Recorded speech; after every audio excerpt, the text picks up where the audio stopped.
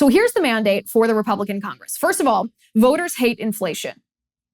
It's as simple as that. They don't like the fact that when they get a raise, it's not a real raise. Their paycheck, even though it's technically larger, is smaller because the value of the dollar has shrunk.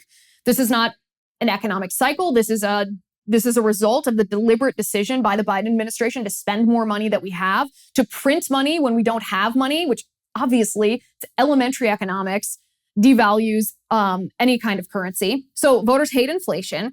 They hate crime.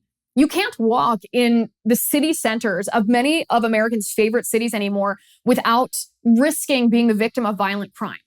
Look at San Francisco. San Francisco, Los Angeles is the same actually, but San Francisco looks like a third world country.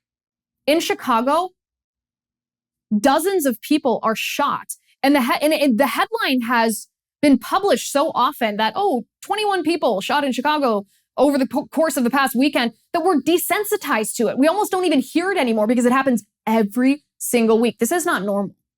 This is not what it has to be. This is something that can be fixed. Look at New York. It's hardly safe to be a New Yorker, to walk on the streets of New York City.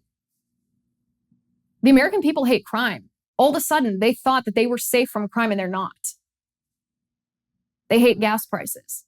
Gas prices also can't be blamed on foreign nations, can't be blamed on, the Biden administration famously likes to blame gas prices on the Russia's war in Ukraine, which is absurd. It's laughable. Obviously, that's not the case. We were once an energy independent country, 3 years ago when Trump was president?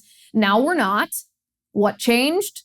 Well, Biden is in office and he decided that he's not going to drill for oil. He canceled the Keystone Pipeline. He rendered us dependent on foreign oil, on Russian oil, and he's trying to transition us to a so-called green economy, relying on wind and solar, not even nuclear power, just wind and solar.